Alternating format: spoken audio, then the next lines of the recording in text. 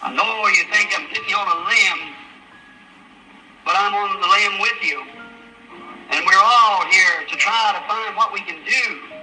We don't say those things to be different. We must be honest. We each one come down to the end of the road where we're going to give account for every word. Right now we know that our voices, when we were born, our first little cry goes on a tape. It's going to be played back again the day of judgment. Even the clothes you wear will be shown your face at the day of judgment. Even science has found that by television. See, television doesn't manufacture a picture. It only channels it. The color of clothes, every time you move, every thought's in your mind is absolutely kept on God's record. That big thing will be laid right before you. Every one of them filthy dresses you wore every time you went to the barber shop, cut that hair that God gave you. It's going to be your answer for it. You can't make a move right there. Just even the thoughts of your heart while you're going to be played right before you. How are you going to escape? How shall we escape if we neglect such a great salvation? We're not going to escape. Every move and the thoughts of the heart is recorded. Right in another dimension. Even the color clothes you wear. Television, color television proves it right out, pulls it out and shows it. And that's just in a one dimension from the three that we live in. Now, how the poison has struck the church, struck the earth. Satan's poison upon the seeds has put cavities in it and caused it to be deformed. More and more he sinks deeper into the hearts of the churches and in the hearts of the people and everything, science, until it's become a place where the human race, by being interbred,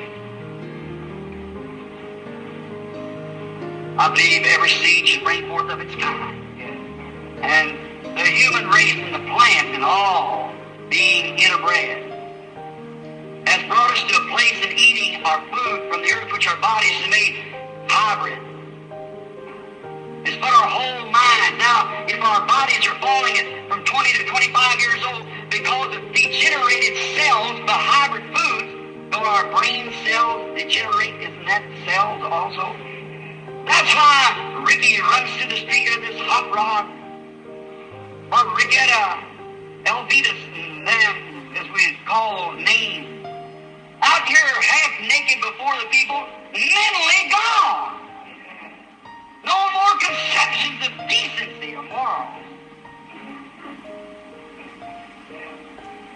In my little story, this chaplain said, he'd been down to the hospital and said, so many boys laying in the tent, some of he just come from the outside. Said he went out there and some officer told him, the chaplain, we want to ride out to take a look at the fields out there that throw this mustard and chlorine gas as they did in them days. And said, I got out there, Brother Branham said, there wasn't a bark on a tree, there wasn't a sprig of grass. It was on an Easter morning. He said, there's some old wrecked tanks down there. The officer had to get record of them and see if there's anything to be done for them near the Great Argonne Forest. He said, when I was standing there by myself, I looked up and said, oh God, this is the way it's all coming to. That's right. It's all coming, it's all burned up, no life, nowhere, no. Grass burned off the tree with that gases. Trees killed, everything was killed, twisted, hanging down, where bullets and things riddled it. Now that isn't a picture of the world today, where Satan's spraying his unbelief, his high-breeding, his science, his knowledge, until what it was. At the beginning, when God put Adam and Eve in the garden, that beautiful paradise without death, without sickness, without sorrow, and everything perfect in order. Look what Satan's DDT has done. She's a chaos. There's nothing left in it. He said, I started crying. I walked back. I was attracted to a rock. So I just went over there and looked at the rock, pushed it over.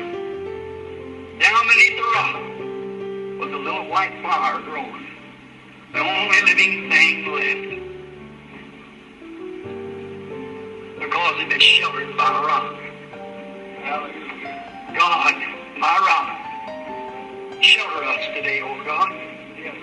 When these poisons are flying everywhere, in the name of science and education, shelter us. Keep me until that day, oh God. This is my prayer. Now, I hope that we each one are under that rock of Christ.